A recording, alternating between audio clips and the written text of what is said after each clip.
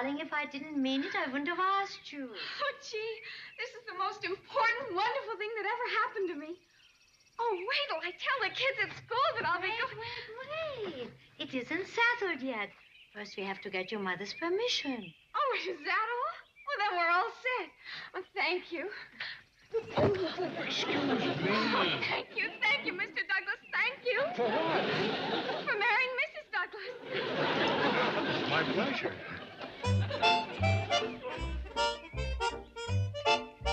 It won't cost you anything, Mom.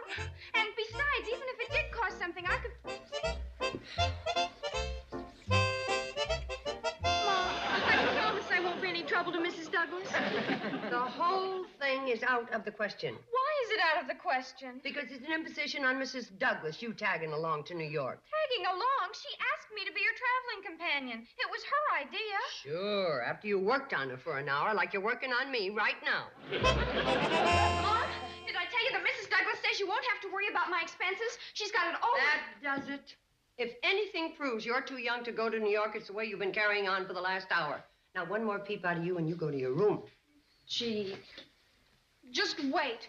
You'll be sorry. When I'm an old lady of 34 hobbling around Hooterville, people will say, look at poor Betty Jo. She had a chance to go to New York, but her mother stood in her way. I'll go to my room. You'll go farther than that. You'll go to New York. What? I've changed my mind. You can go to New York. Mom! Oh, Mom, thank you. Wow! A whole week in New York! Could you possibly make it 2?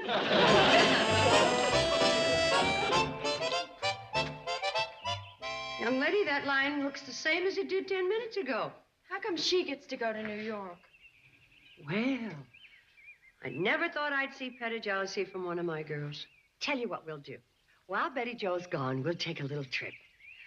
Wonderful. Where? Well, there's a marvelous bill playing at the Pixley Bijou. It's a Conrad Nagel festival. When Betty Jo find out, she'll cancel her trip to New York. Joe, you're gonna need these. Mom, no one takes their own towels to the Ritz Savoy. Don't tell me about big city hotels. They charge outlandish rates, and then they only give you 2 towels. We have room. Well, we'll just make room and... These can stay here. I need them. Well, when you try out for the Yankees, maybe Phil Rizzuto will lend you his glove. He's retired from baseball. You see, he doesn't need his glove. Betty Jo, I just made out a list of places of interest for you to see. These are musts. Uncle Joe, the train's going to be here soon. Kate, a trip to New York only comes once in a lifetime. You don't want to miss anything. Now, after you've seen the Python and the Periscope and the Flatiron Building... Python and the Periscope? He means the Trilon and the Perisphere. They were attractions at the World's Fair way back in 1939. Which is well worth seeing. The train's here. Uncle Joe, would you go down and tell Charlie that we'll be right there? Yep, but I want to explain to her how to get an extra slab of pie out of them little windows in the automat. Good. We sure gonna miss you, Betty Jo. I'll only be gone for a week. A week? Well, let's not get sickening about it. Well, it's disgusting seeing a grown man act like an old lady. Get them suitcases aboard the coach. You got to pick up Miss Douglas in time to make them bus connections in Pixley. Well, let's get the farewells over with. You have a good time, honey, and don't worry about us. We'll get along just fine. Sure you will, Uncle Joe. It's going to be kind of nice and quiet around here with nobody bouncing balls off the side of the hotel or running up and down the stairs again.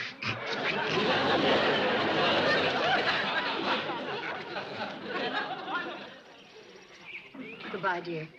Have a wonderful time. Thanks, Mom. And I sure appreciate you not loading me up with instructions. Well, after all, you're a big girl now. Bye, Sis.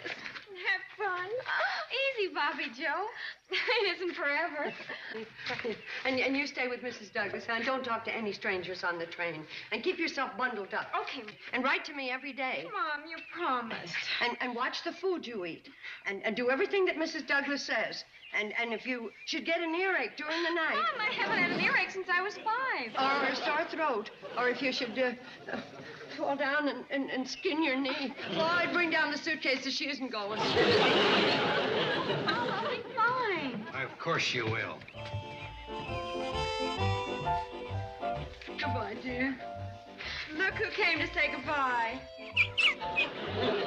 Oh, he wants to go with you. Well, you be a good boy. And don't talk to strangers.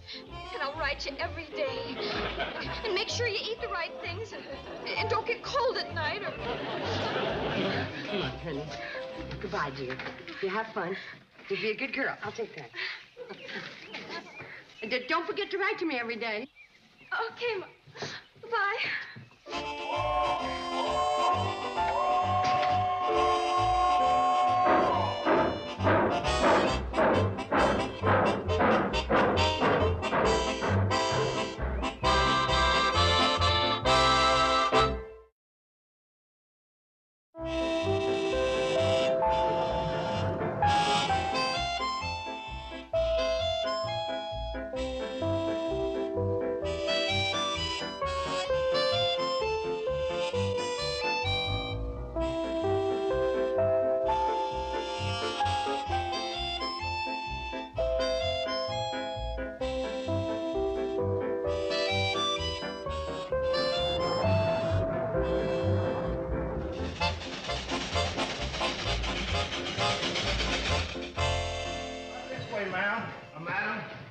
Here, lady. Careful of my luggage, conductor. Don't mar the finish. Oh, yes, ma'am. No, ma'am. I'll be careful, ma'am. Come on, Floyd. You wasted enough time with this passenger. Where's Bob Betty Joe? Why, she's... Can't you see? Who do you think? My baby! What have they done to my baby? How do you do, Mother? Welcome. Enchanté, I'm sure. Oh, thank you all for this heartwarming reception. Don't look at me. I don't know what happened. Mrs. Douglas came back the same way she went. Nothing's happened. I'm still the same sweet Betty Joe that you all know and love. Oh, I've had a most exhausting ride.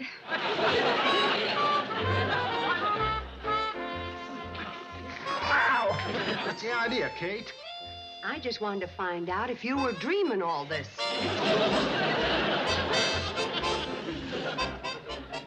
Well, dear, here you are, home again. What did you do to it? Do to it? Well, nothing. Same old shady rest. It looks so small. Same size as it was a week ago.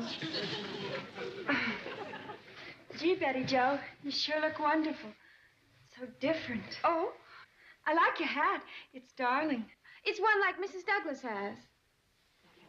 Your hair is different, isn't it? Mrs. Douglas took me to her own hairstylist on the avenue. The avenue? Well, I thought everybody knew. Fifth Avenue. That Robert's divine. He created my hairstyle to enhance my personality. What's left of it? Bet none of them big city hotels got anything like this here elevator. Well, I did see something like it. It was at the Bronx Zoo, and some pelicans were living in it.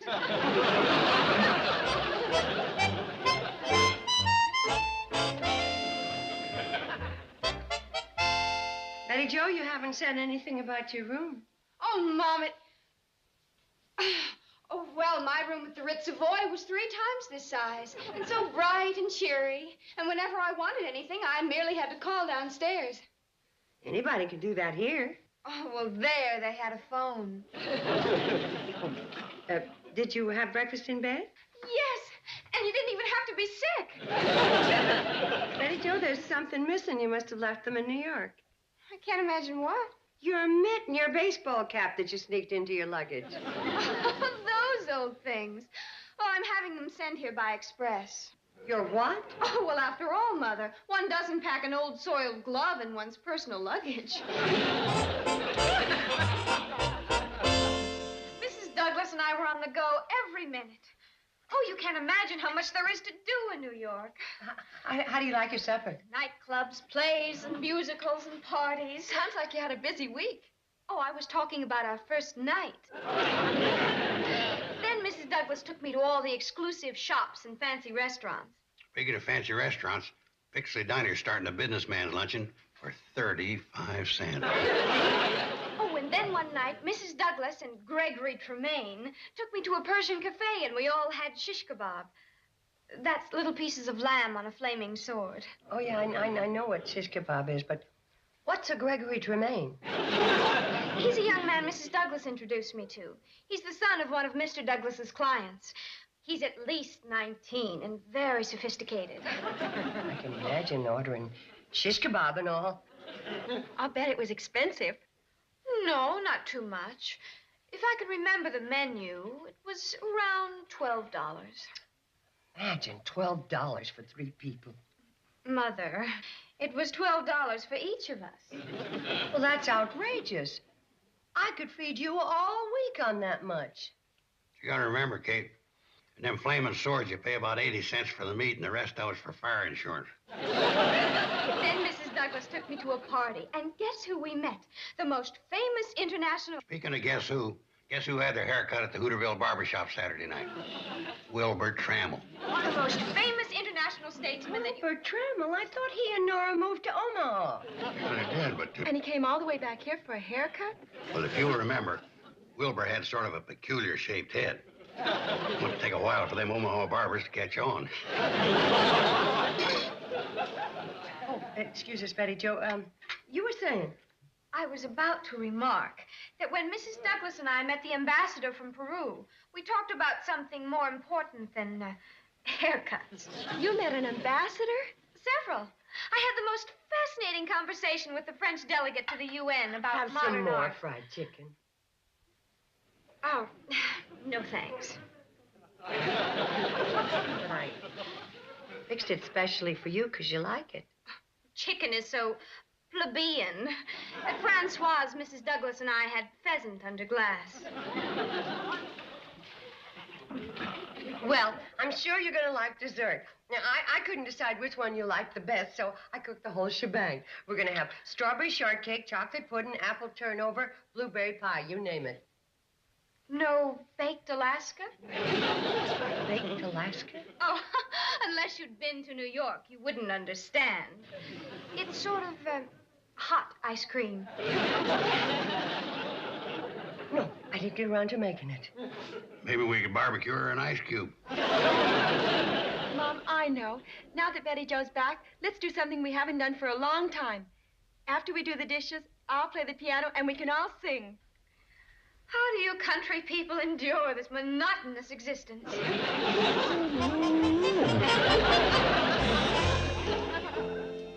Betty Jo? Betty Jo Bradley?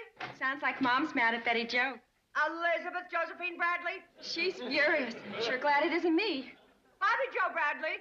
Oh, coming, Mother! Why aren't you out in the kitchen doing those pots and pans? I was cleaning room number 5. That's Betty Jo's job. Well, so are the pots and pans. That girl, where is she? I'll tell you where she is. She's over to Douglas's. Let's have that again, Uncle Joe. She's over visiting the Douglases again. She ought to start paying them rent. I'm sick and tired of every time she... Oh, listen! Oh, there you are, Mother. I have some delightful news for you. Isn't that a coincidence? I have some delightful news for you, too. The pots and pans are in the kitchen, and number 5 is waiting to be cleaned up. How can you possibly talk about such mundane matters when Gregory Tremaine is coming? When he gets here, he can help me sort out this wash, which a certain niece of mine should be doing instead of me. And I go... Now get out of that fancy get-up and into some work clothes. You've got a lot of... Who's coming? Gregory Tremaine. I told you all about him. He's that fascinating young man Mrs. Douglas introduced me to in New York. Oh, that's a good one. Thanks, Kate. Well, that's the fire eater, the kid with the flaming sword. He's passing by on his way to the coast, and he's stopping by to have dinner with me tomorrow night. You mean he's coming here to the Shady Rest? Yes, and I want you all to make sure... Wonderful. Oh, I'm so glad. And since he was so nice to you in New York, I'm going to cook him a special dinner. Let's see. I'll have baked ham, candied sweet potatoes, blueberry pie. Is something wrong? You can't possibly serve that plebeian food to a sophisticated man of the world like Gregory Tremaine. You know, what does he eat? Hummingbird earlobes and cricket kneecaps, El Casserole? I've already made out the menu. Mother?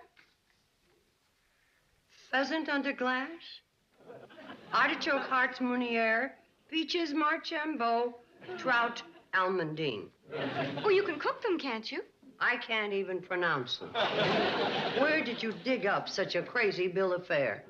Well, I asked Mrs. Douglas what Gregory liked, and she made some suggestions. Oh, she did she? Now, everybody listen. Gregory is very refined. Also, he starts college next fall. So I've made out another list. Another list. Bobby Joe, don't bore Gregory with how you won the essay contest at Hooterville High. And Uncle Joe, don't wear your old sweater to dinner. And while we're dining, please don't lean your elbows on the table. Get down, you naughty boy. Why can't you behave like Mrs. Douglas's dog? Welcome to the club.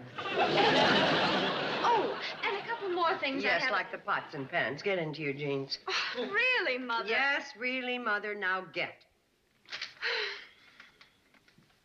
Betty Jo's sure going Hollywood since she went to New York. She acts like she's Miss Park Avenue and we're Tobacco Road. Well, I've had it. If you hear a sonic boom, it'll be coming from the Douglas farm. All the time we were in New York, Fat Patty Jo kept wishing that you were there. She did? Well, but why did she come back so different? Because New York is so different. It's very exciting for a young girl. They get carried away. Oh, yes, I guess you're right. I remember how excited I was the first time my aunt brought me to the city. To New York? No, Crabwell Corners. It took me 2 weeks to get over it. Taking me longer than that. I figure I owe you an apology barging in here like a mother buffalo protecting her calf. That's what mother buffaloes are for. And don't worry about Betty Jo. In a little while, she will be back where she was before she went. Yeah, I suppose you're right. But that isn't going to help me tomorrow night. What is happening tomorrow night? What? We are having Gregory Tremaine for dinner. And you don't know how to cook it? Oh, no. It's a person. And I got to whip up pompano, amandine, peaches, Marchambeau. I can help you with that. You know how to cook pompano? No, but I have a gourmet cookbook. You can have it. Hasn't been opened. Yeah, that takes care of dinner. But it isn't going to be quite as easy to take care of me. Oh, it's easier than you think. And for that, I don't even need a book. Why, you are going to be the most stunning woman in Hootersville.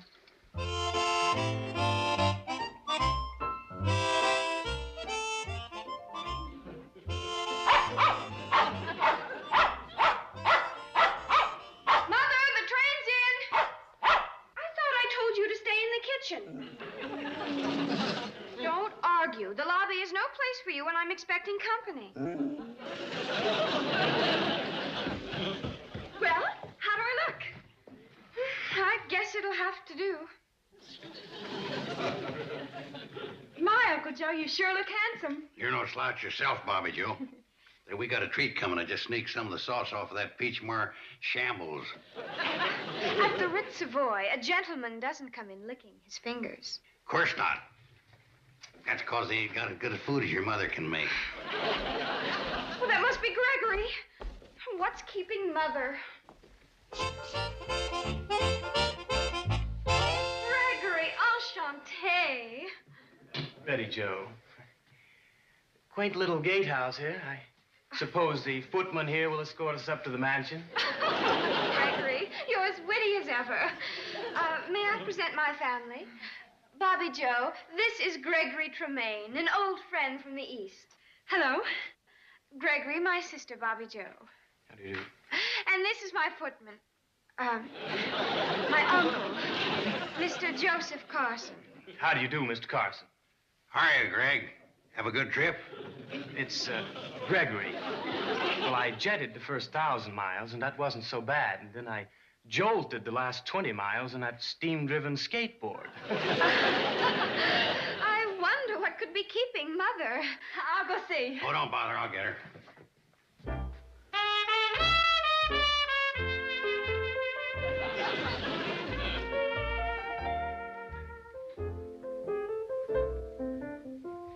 Holy smoke!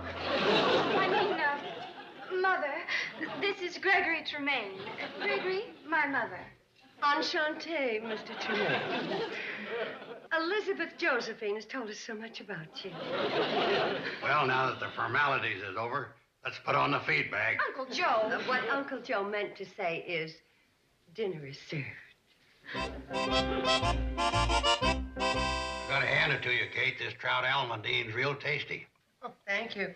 Mr. Tremaine, it might add to your enjoyment to know that Uncle Joe caught these fish this morning. I wasn't going to mention it.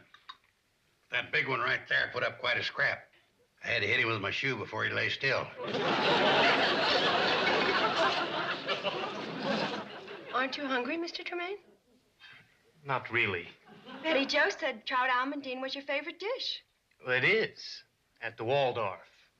Well, I'd be glad to accept any of your suggestions the next time you jet in. Well, perhaps I should talk to the chef directly. Well, you're talking to the chef right now. You mean to say that you were the hostess, the lady of the house? You personally go in the kitchen? Your mother actually cooks. Well, when you run a hotel, there's more to it than cooking. You have to sweep and dust. Sweeping and dusting. Amusingly primitive. I've had enough of this. We may be primitive, but we aren't rude. Betty Joe, Mr. Tremaine. Please, Mom. Ever since he got here, he's done nothing but sneer at the hotel and pick at Bobby, you, and Uncle Joe. And the only thing that's wrong with this food is it's too good for him. Just a minute, You're a phony, that's what you are. Well, I don't have to sit here and be insulted. I'll thank you for my hat.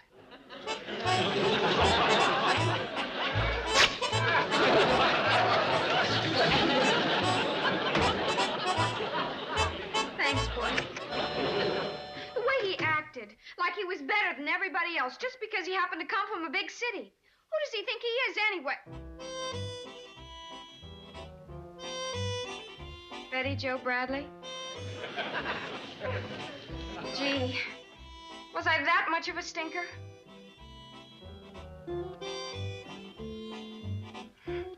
Oh, I'm the luckiest girl in the whole world. I've got the best uncle, and the best sister, and the most wonderful mom. Well, how about dessert? Should I go get the peaches marchambone? Well, if it's all the same to you, Mom, I'd rather have some of your blueberry pie. Well, welcome back to the club.